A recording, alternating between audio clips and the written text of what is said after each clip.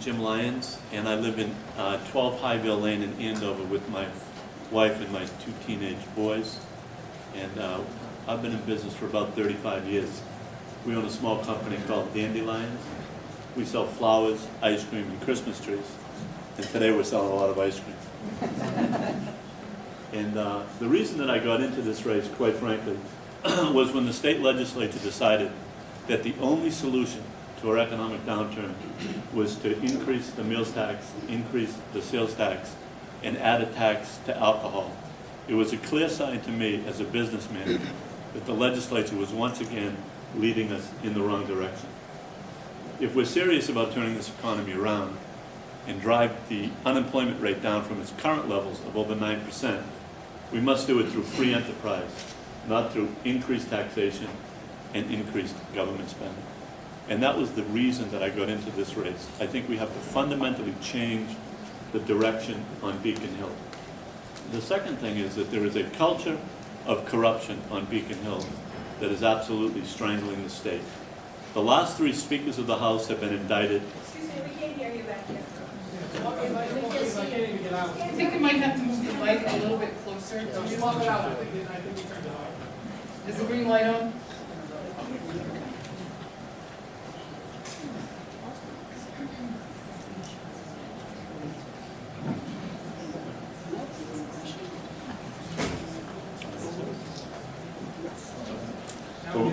The last 3 speakers,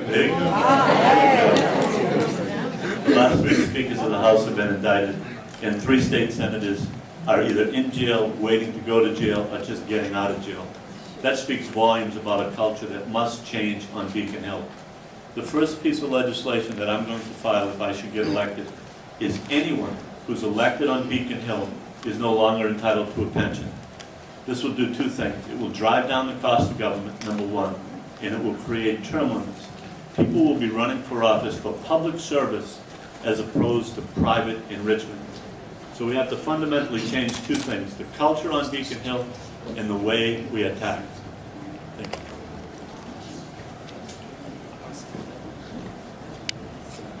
I was asked to use his microphone. Don't worry, I'm not just stealing from my opponent here. Hello, everyone. My name is John Thorlin. I am a resident of the 18th Essex District, lifelong. And since I only have a minute and a half, what I really want to do is tell you a little bit about the principles that would guide my tenure as a state representative. I think one of them you're learning about right now, which is energy. I like to think that I'm going to bring a fresh new perspective to the problems that we have in the state legislature.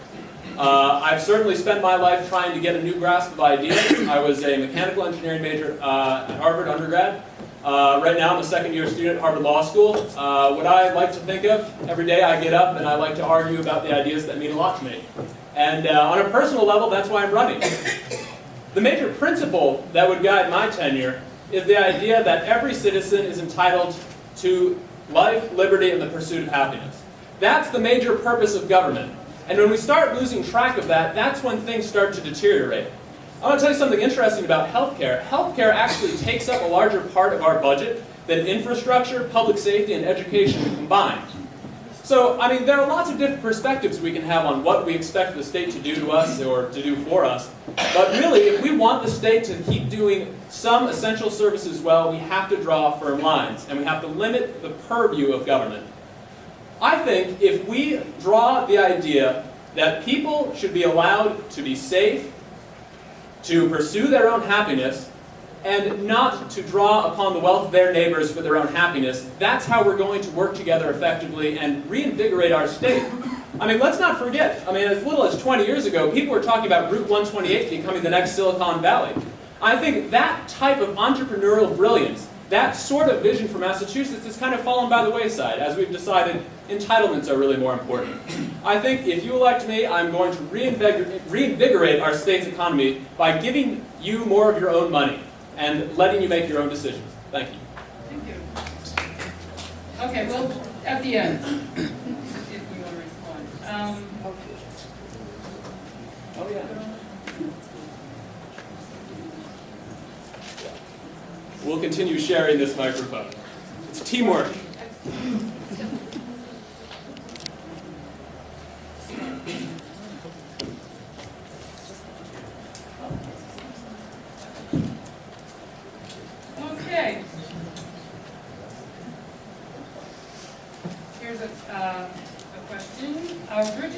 highways are in poor condition.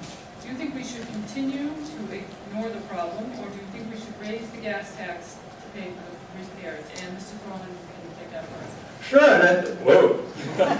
Not only will I take the question, but I will shout my answer. No, I think what's really important to keep in perspective, and this really gets to the statistic I was talking about in my opening address, we spend more on the idea that every citizen should be allowed to make the government pay for their health care. That's taken over. We don't spend anywhere near as much on infrastructure. It's not even close. I think once we regain a proper perspective and say to ourselves, hey, the purpose of the state is doing things for everybody, like roads, bridges, things like that, instead of giving each individual some right to take the money for health care from their neighbors. Really, I think once we do that, we're going to have more than enough money for bridges, schools, and the real central purposes of government. I absolutely, is this working or no? I absolutely will not vote to increase the gas tax. I agree with John. What we have to do at the state level is to get government spending under control. The political patronage is absolutely running rampant on Beacon Hill. Since 2007, we've increased state payrolls by over 5,000. At the same time, state revenues continue to drop. What we need to do is fundamentally change the way we tax and the way we run our government. The government on Beacon Hill is being controlled by political power brokers who understand one thing, their self-interest. If we're serious about turning the state around, we have to change the way we tax. We have to roll back the income tax. We have to roll back the meals tax. We have to eliminate the tax on alcohol. We have to allow private enterprise to grow and prosper, which will then lead to increased economic activity and increased revenues from the state. And then what we need to do is make sure that the funds that we spend on Beacon Hill are spent on the taxpayers, not on the politicians and the political patronage that has been allowed to run rampant on Beacon Hill. What is your view on increasing the gaming industry in Massachusetts? And that's yours first. I will not vote for any of the Democratic proposals that are presently before the state legislature. This is nothing more than a quick fix to increase revenues for an out-of-control spending that's going on Beacon Hill. I am not running for state representative to rubber stamp political deals between politicians and lobbyists. If we bring casino gambling to Massachusetts, it will fundamentally change the fabric of our state. That should not be done behind closed doors between politicians and lobbyists. We need to cut our spending and not look for ways to increase revenues at the last minute. I think the issue of gambling is really an interesting one in the sense that we like to, and I like to think that I would trust every individual to make a rational decision for themselves if they want to gamble. I think when people between themselves decide to bet on the Super Bowl, for example, I'm okay with that. I think what the real problem is with the proposals we're seeing right now is that they're not largely motivated by the desire to allow people to do what they think is right for themselves. They're largely motivated by licensing a couple of casinos or a couple of racetracks in very kind of arbitrary political machinations behind closed doors, as my colleague said.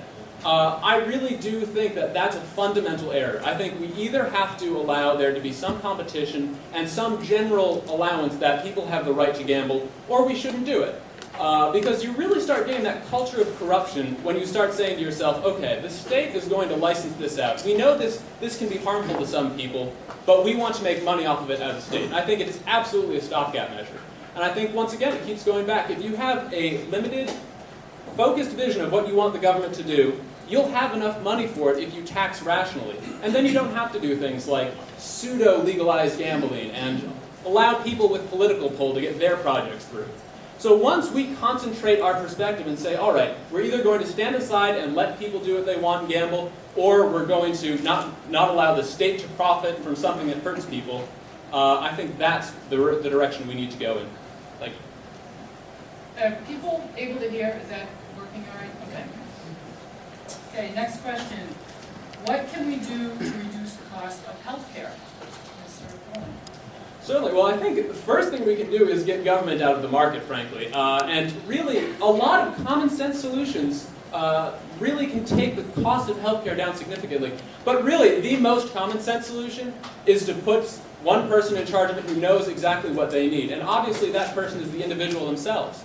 I believe me, the second I moved out of my parents' house was the moment I realized, hey, I really need to kind of budget myself. You know, maybe I don't need to go out to dinner so much. Maybe I don't need to buy all these things for myself. Maybe I need to think rationally about what is it I really want, what do I think I need, and what do I think I can afford. And once we reestablish the idea that each individual is responsible for buying the things that mean the most to them, that's when you're going to start seeing a reduction in the cost of healthcare. Because when you have it as an entitlement, you have absolutely no incentive to keep costs down. And I think, frankly, another horrible side effect of all this process is you have the state making somewhat arbitrary decisions for people. In Britain, certainly, they've had a lot of trouble with that when they have socialized healthcare. For example, hip replacements, things like that. Things that, for an individual, can be the difference between a happy existence and kind of hobbling around in pain for the rest of your life. It's one thing to make that decision on your own and say, I want to leave more money for my children. It's a totally different perspective to have someone in government tell you, I know better than you do, and I don't think you need that. I think one of the things that we really have to think about is just what John said. People have to take personal responsibility for their own health care. There's been a system that's been in place in certain vocational schools within the state where the leadership, the unions, and all of them came together as a group to try to find ways in which that they could drive down their health care. And what happened was everyone became a vital player in driving health care costs down.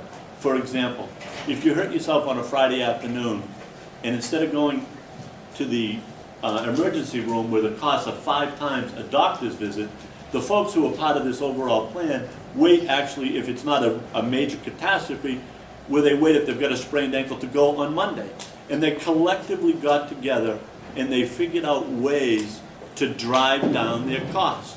If we're serious about driving down healthcare costs, everyone has to be involved in the process. And people have to understand what certain things cost. And until we do that, until we get everybody involved in the process of what things cost and who's paying for it, we're not going to really drive healthcare down. We have to make sure that people know what things cost, and if they have a choice, they start to choose the things that are less expensive.